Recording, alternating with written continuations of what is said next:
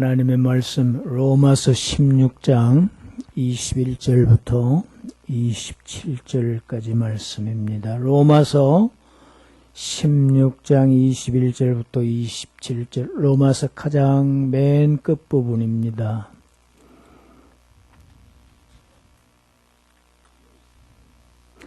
합독합니다. 나의 동역자 디모데와 나의 친척 루기오와 야손과 소시바더가 너희에게 문안하느니라. 이 편지를 기록하는 나 더디오도 주 안에서 너희에게 문안하노라. 나와 온 교회를 돌보아주는 가이오도 너희에게 문안하고, 이 성의 재무관 에라스도와 형제 구아도도 너희에게 문안하느니라. 25절, 나의 복음과 예수 그리스도를 전파함은 영세 전부터 감추어졌다가 이제는 나타내신 바 되었으며, 영원하신 하나님의 명을 따라 선지자들의 글로 말미암아 모든 민족이 믿어 순종하게 하시려고 알게 하신 바 그 신비의 계시를 따라 된 것이니, 이 복음으로 너희를 능히 견고하게 하실 지혜로우신 하나님께 예수 그리스도로 말미암아 영광이 세세 무궁토록 있을지어다. 아멘. 제가 찾아보았더니 로마서를 설교하기 시작한 것이 2018년 10월 21일 주일부터였어요. 중간중간에 특별한 절기도 있고, 그래서 몇 번은 다른 설교가 있기는 했지만, 전부 하니까 1년 2달이에요. 2달을 빼더라도 거의 1년 동안을 로마서를 지금까지 쭉 강해해 왔습니다.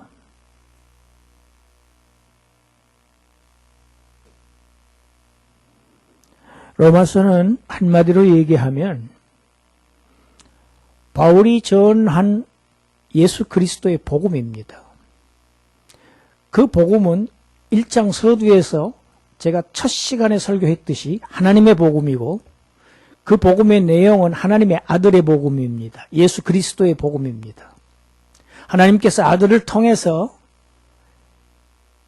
인생들을 구원하실, 그 구원하신 복음, 이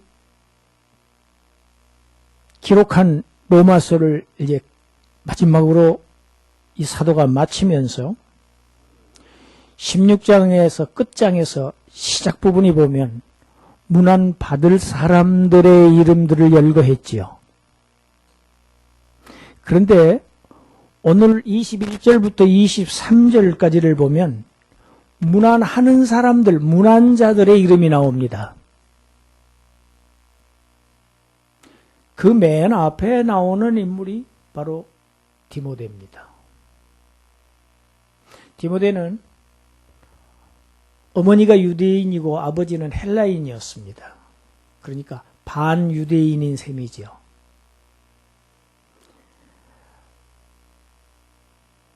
바울은 신약 성경의 거의 절반을 기록했습니다. 신약 성경이 27권이지요. 그 중에서 13편이 바울이 기록한 서신서입니다. 로마서를 필두로 해서. 그런데 바울이 기록해서 보냈던, 성도들에게 써서 보냈던 그 편지들의 서두, 그 인사말은 대부분 이렇게 시작합니다. 고린도후서 1장 1절입니다. 예수 그리스도의 사도된 바울과 형제 디모데는 고린도에 있는 하나님의 교회와 아가야에 있는 모든 성도들에게 편지하노니. 예수 그리스도의 사도다. 바울이 자꾸 공격받던 그 사도권을 분명하게 변명하고 나섭니다. 사도된 바울.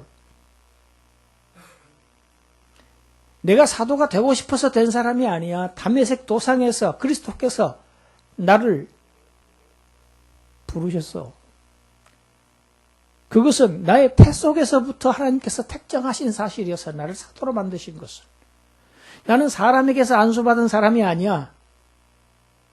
사람들에게 인정받은 그러한 내가 교직자가 아니고 직접 예수 부활하신 그리스도로부터 사울아 사울아 내가 어찌하여 나를 핍박하느냐. 내가 너를 이방인의 사도로 삼겠다. 나는 그리스도의 부르심을 받은 종, 사도다. 이걸 서신서마다 앞에 내세웁니다. 그만큼 사도 바울의 사역에 있어서 12제자가 아니었다는 사실을 그렇게 적들이 공격해 왔습니다. 그래서 바울이 전하는 예수 그리스도의 복음을 무너뜨리려고 했던 그 악한 시도들이 있었습니다. 그런데 자신을 사도된 바울이라고 얘기한 바로 뒤에는 반드시는 아니지만 거의 모든 서신서에 디모데가 같이 호명됩니다. 뿐만 아닙니다. 빌립보서 1장 1절에도 그리스도 예수의 종 바울과 디모데는, 골로새서 1장 1절 하나님의 뜻으로 말미암아 그리스도 예수의 사도된 바울과 형제 디모데는, 데살로니가 전서, 후서, 빌레몬서를 쓸 때에는 오네시모와 함께 옥에 갇혀 있을 때입니다. 옥에 갇혀 있으면서 오네시모를 전도했지요.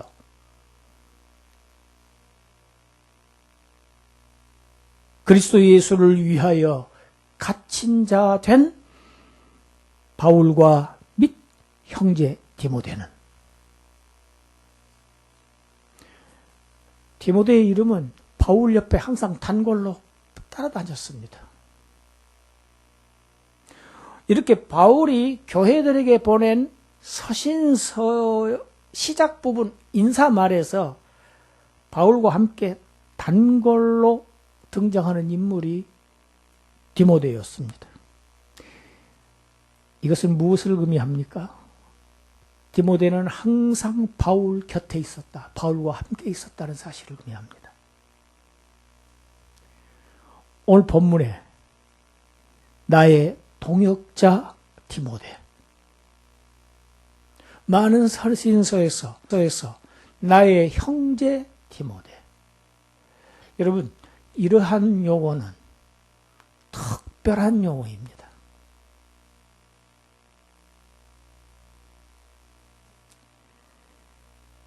복음을 전하는 사도 옆에서 항상 손발의 역할을 디모데가 했습니다. 디모데가 왜 그렇게 했어요? 복음 때문에 했습니다. 바울의 인간이 좋아서 했던 게 아니에요. 바울이 전하고 있는 그 복음의 주인공이 되시는 예수 그리스도가 좋아서, 그의 복음이 매력이 있어서, 그래서 바울 곁을 떠날 수가 없었어요. 그의 수족처럼 움직였어요. 충실한 심부름꾼이었습니다.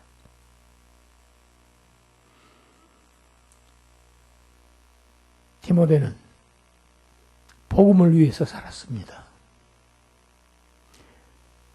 예수님께서 주기도문을 가르치신 후에 마태복음 6장 33절에서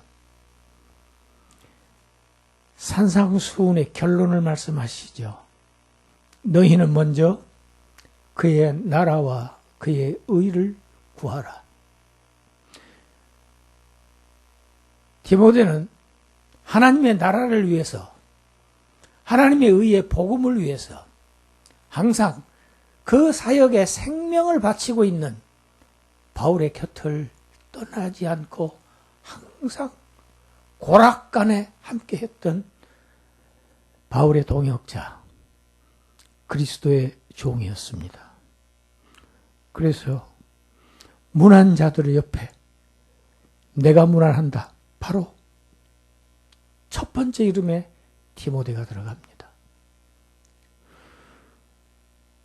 16장 시작 부분에서 문안 받을 사람의 첫 번째 이름은 누가 들어갔었지요? 부부가 들어갔지요? 부부 이름이 무엇이요? 브리스길라와 아굴라.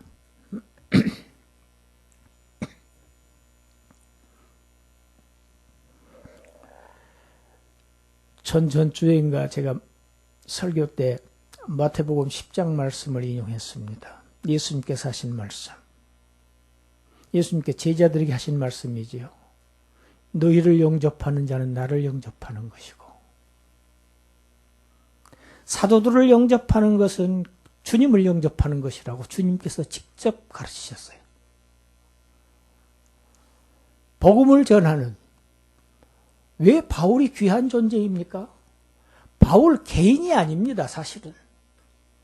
바울이 전하는 그리스도가 너무 귀한 존재이기 때문에 바울이 귀한 거예요. 디모데는 그래서 바울 옆을 항상 지키고 그의 수족이 되어서 항상 움직였습니다. 심부름했습니다, 항상.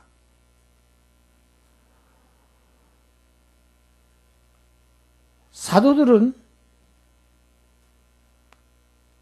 자신들을 부르셨던, 자신들을 위해서 생명을 내어주셨던 그 주님을 위해서 그들도 생명을 바쳐서 그 주님을 전파했던 사람들이 사도들입니다. 그러니까 그 사도들을 영접하는 것은 곧 그리스도를 영접하는 것이라는 말이 전혀 부자연스럽지 않고 너무나도 정확한 얘기가 되는 겁니다. 의인의 이름으로 의인을 영접하는 자는 의인 상해를 받을 것이다. 주님이 가르치신 말씀대로라면 디모데는 지금 하늘에서 바울과 같은 사도로서의 상을 주님으로부터 받았을 것이고, 의인의 상을 지금 받아서 영화롭게 주님과 함께 거하고 있을 것입니다. 그 다음에 등장하는 이름, 나의 친척 누기오, 야손, 소시바도. 이 친척은 육신의 친척이 아니라는 설명은 제가 드렸습니다. 이분들은 다 이 바울과 같은 유대인들이라는 의미라고 말씀드렸지요. 정확한 인적사항은 성경에 나와 있지 않지만 이분들 역시 바울과 근접한 거리에 있으면서, 가깝게 있으면서 지금 로마에 있는 성도들에게 함께 문안하는 자들의 대열에 들어있는 사람입니다. 더디오는 지금 바울의 이 로마서를 대필하는 대필자입니다. 그 당시에 서신서는 일반적으로 입으로 구술을 하면, 입으로 말을 하면 대필자가 받아서 써서 보내는 형식을 취했습니다. 그래서 이 편지를 기록하는 나 더디오가 지금 기록하고 있죠. 주 안에서 너희에게 문안하노라. 그 다음 23절에 가이오가 나옵니다. 이 가이오라고 하는 이 사람은 모든 서신서와 사도행전을 전체를 종합해 보면 고린도 교회의 성도로서 바울에게 세례를 받았던 것으로 여겨집니다. 이전 개역 한글판 성경에는 나의 식주인이라고 써져 있습니다. 지금 개역 개정판에는 나를 돌보아주는 가이오 이렇게 되어 있지요. 식주인이었습니다. 무슨 얘기냐면 바울이 이 가이오 집에서 먹고 자고 했다는 얘기입니다. 복음을 전하면서 계속. 바울뿐만이 아닙니다. 온 교회를 그렇게 했다고 지금 되어 있습니다. 아는 사람만 그렇게 했던 게 아닙니다. 친한 사람만 했던 게 아닙니다. 낯선 그리스도인들, 교계의 지도자들 다 이 가이오의 집에서 숙식을 다 제공을 하고 복음을 전하는 자들을 다 섬겼습니다. 얼마나 귀한 일을 한지 모릅니다. 이런 분들이 있었기 때문에 복음이 오늘날까지 이렇게 세계 만방으로 펼쳐질 수 있었던 것입니다. 특별히 하나님께서 쓰신 종들입니다.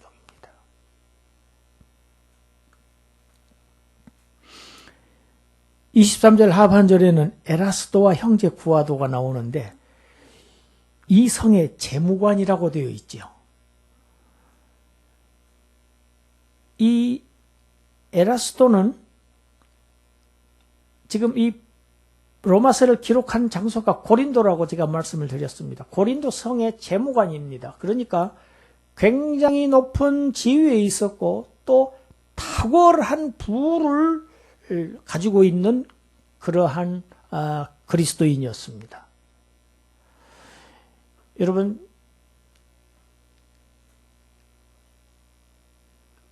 바울이 복음을 전해서 세워진 교회들의 그 구성원들이 거의 다 노예였다. 아주 비천한 신분이었다.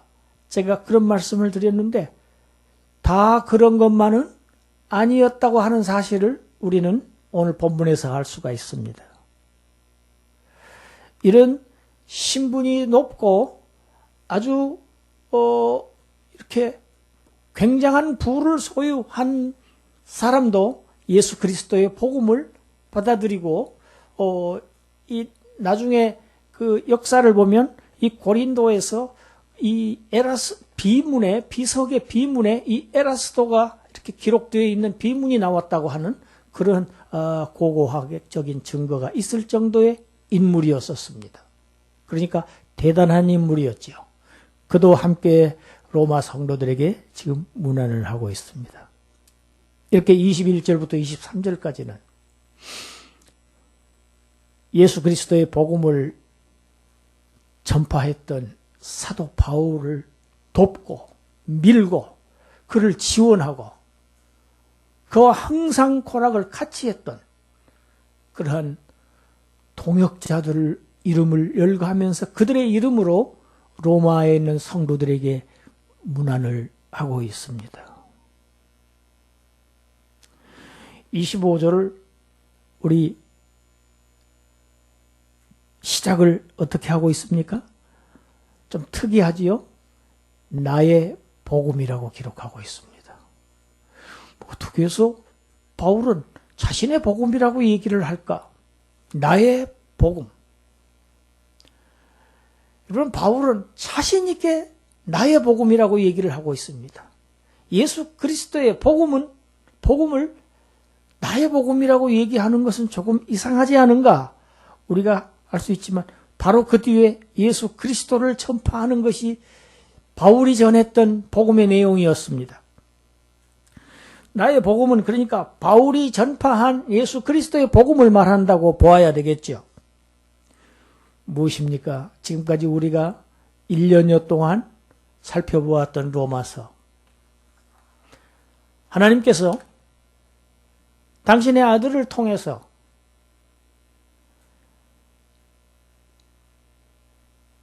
인간을 구원하실 그러한 하나님의 그 복음이 언제 수립됐는가?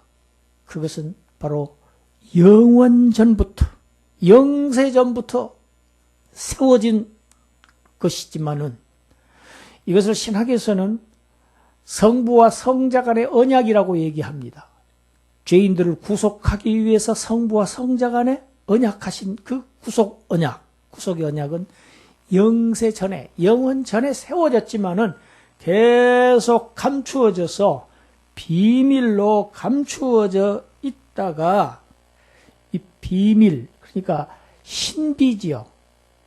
그리고 영어에서는 미스테리라고 그러죠. 미스테리온이 이런 용어입니다. 신비, 비밀. 복음은 비밀입니다. 감추어져 있었습니다. 드러나지 않고 계획은 되어 있었지만 실체가 드러나지 않고 있었죠. 오랫동안. 그런데 이제 역사가 진행되면서 하나님께서 선지자들을 부르십니다. 때마다 선지자들을 부르셔서 메시아를 그리스도를 보내실 것을 예언하십니다. 그래서 그 그리스도를 통해서 이 복음을 성취하실 것을 예언했던 자들이 구약의 선지자들이었습니다. 때가 차서 선지자들이 예언한 대로 그리스도께서 육신을 입으시고 영원 전부터 계셨던 그리스도께서 인간의 몸을 입으시고 성육신 사건이죠. 이 땅에 오셨습니다. 이 땅에 나타나셨습니다. 이것을 계시라고 합니다. 계시라고 하는 것은 이렇게 감추어져 있던 것을 이렇게 드러내는 것을 계시라고 합니다. 이 복음은 하나님께서 드러내신 겁니다. 나타나셨지요. 아들이 나타나셨습니다. 드러나서 드디어 온 세상에 선포되었고 이 선포된 예수 그리스도를 믿게 하심으로 인해서 이 복음을, 이 인간 구원의 계획을 이제 이루신 것입니다. 여러분, 다음 주에는 우리가 성탄절을 맞습니다. 성탄절이 무엇입니까? 영원 전부터 하나님께서 인류를, 죄인들을 구속하실 계획을 세우신 그 계획이 이제 실제로 드러난 사건 아닙니까? 그것이 예수 그리스도께서 인간의 몸을 입고 이 세상에 오신 것이 성탄입니다. 여러분, 지금은 대강절, 대림절입니다. 성탄절 이전 4주 동안을 대강절이라고 합니다. 이것은 대림절, 예수님 메시아가 오시기를 간절히 기다리는 아주 대망하는 그러한 절기입니다. 기독교의 절기입니다.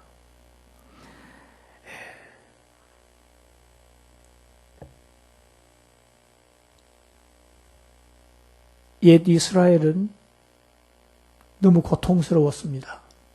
너무 비참했습니다.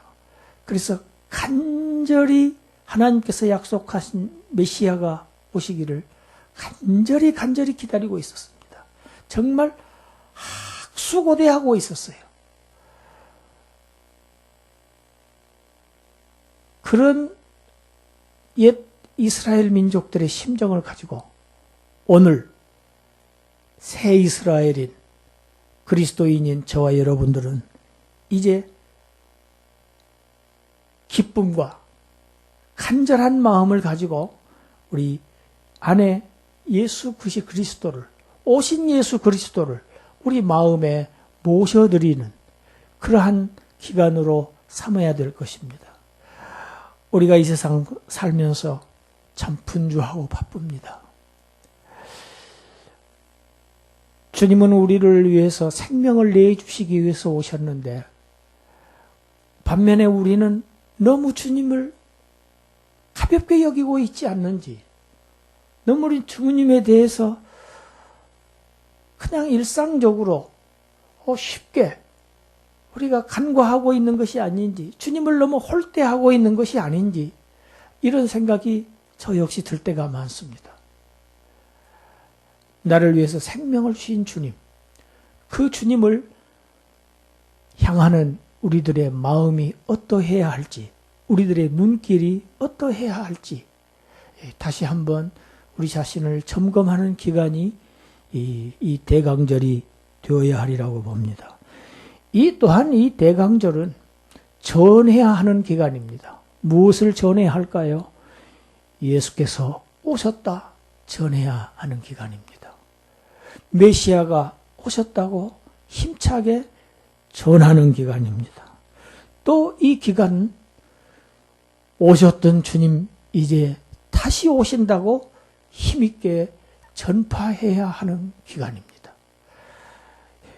그리고 우리 역시 참회하고 순종하는 그러한 자세로 우리 자신을 돌아보면서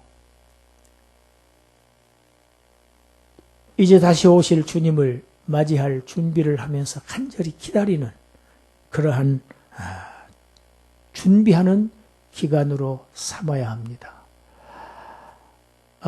우리 교회에서는 그렇게 별도로 행사를 하지 않고 모이지 않고 있습니다만은 아주 모여서 함께 기도하고 참 근신하며 이러한 기간을 모든 교회들이 보내고 있습니다.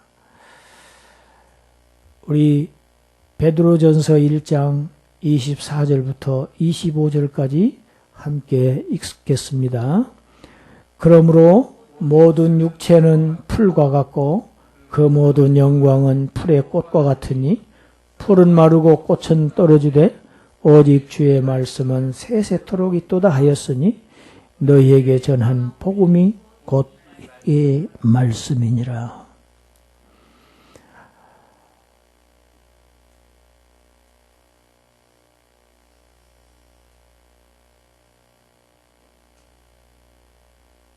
다 마릅니다. 다 떨어집니다. 마르지 않고 떨어지지 않는 것은 하나도 없습니다. 인생도 떨어지고 부귀영화도 떨어지고 영광도 떨어지고 다 떨어지고 마르고 시들고 맙니다.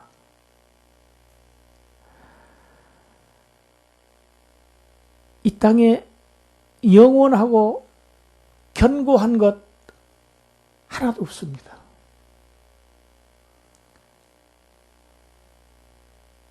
이 땅에 안전하고 평화 하나도 없습니다. 오늘 아침에 잠깐 TV를 열어봤더니 지금 야단 났어요. 미국과 한국과 일본이 야단이 났어요. 북한에서 아주 저 동창리 그쪽에서 중대한 실험을 했다고 발표를 했습니다. 저게 ICBM을 쏠 지금 준비 단계 아니면 지난번에 중요한 실험을 했다고 그러는데 두 번째 지금 발표입니다. 성탄절 선물을 미국에 안겨주겠다고 지금 이렇게 호언장담한 김정은이 발표를 했어요. ICBM이냐 아니면 핵실험이냐. 여러분, 미국의 대통령과 북한의 김정은이 화기애애하게 만나고 나의 친구라고 그러고 남과 북의 대통령이 맞섰고 오르락 내리락 백두산에도 가고 평화가 금방 찾아올 것처럼 온 분위기의 무드에 젖어 있는데 그동안에 북한의 2년 동안의 핵 능력이 2배로 늘어났다고 공식적인 보고가 나왔습니다. 핵 능력이 2배로 늘어났다는 거예요. 2년 동안에 핵 폭탄을 20개를 더 만들었다고 보고되고 있습니다. 우리가 사는 곳이 이렇습니다. 평안하다, 안전하다, 우리의 안전이, 우리의 안녕이 우리 자신에게 있지를 않습니다. 영원한 것 없습니다. 항상 불안한 것이 이 세상입니다. 또 그 다음 뉴스를 보니까 미국 뉴스 다음에 고속도로에서 무슨 44중 추돌 사고가 났대요. 44중 추돌, 하여튼 40몇 중 추돌 사고예요. 그래가지고 한 40여 명의 사상자가 났어요. 왜? 길이 얼어서. 비가 살짝 왔는데 밤에 그게 얼어버린 거예요. 그러니까 안 보이지요. 모르고 가면서 하나가 미끄러지니까 다 미끄러진 거예요. 그 사람들이 그런 사고가 다쳐서 죽을지 중상을 입게 될지 어떻게 알았겠습니까? 사진을 보는데 끔찍해요. 차들이 다 막 불이 나고 유조차가 불이 나고. 어젯밤에 일어난 사건입니다.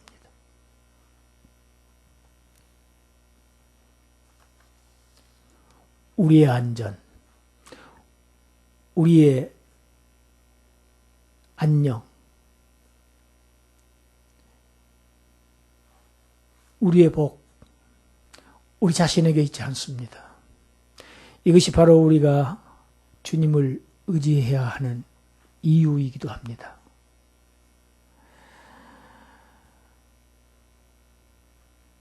영원한 것 없고 다 변합니다. 다 없어집니다.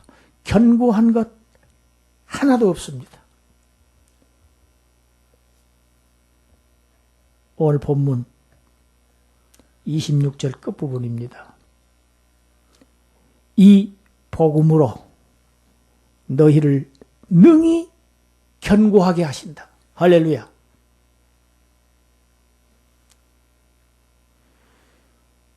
예수 그리스도의 복음은, 복음의 말씀은 세세토록 있도다.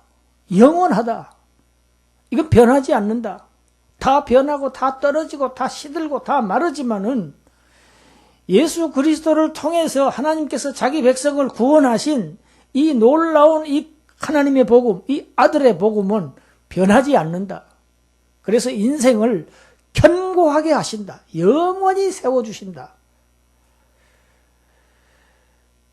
주님, 다시 오실 주님 맞을 준비를 우리가 이 성탄 절기에 다시 오실 주님을 맞을 준비를 나는 얼마나 하고 있는가? 오늘 밤에 주님이 오신다고 해도 나는 괜찮은가? 준비가 되어 있는가? 점검하며 또 더욱더 분발하고 열심을 내서 영원히 견고하게 되시는, 복음으로 견고하게 되시는 저와 여러분이 되시기를 주님의 이름으로 축원합니다. 하나님, 1년 동안 로마서를 통해서 저희들에게 한없는 은혜와 구원의 확신과 위로와 축복을 저희들에게 허락하신 은혜 감사드립니다. 이 세상은 다 없어질 것이고 다 불에 녹아질 것이지만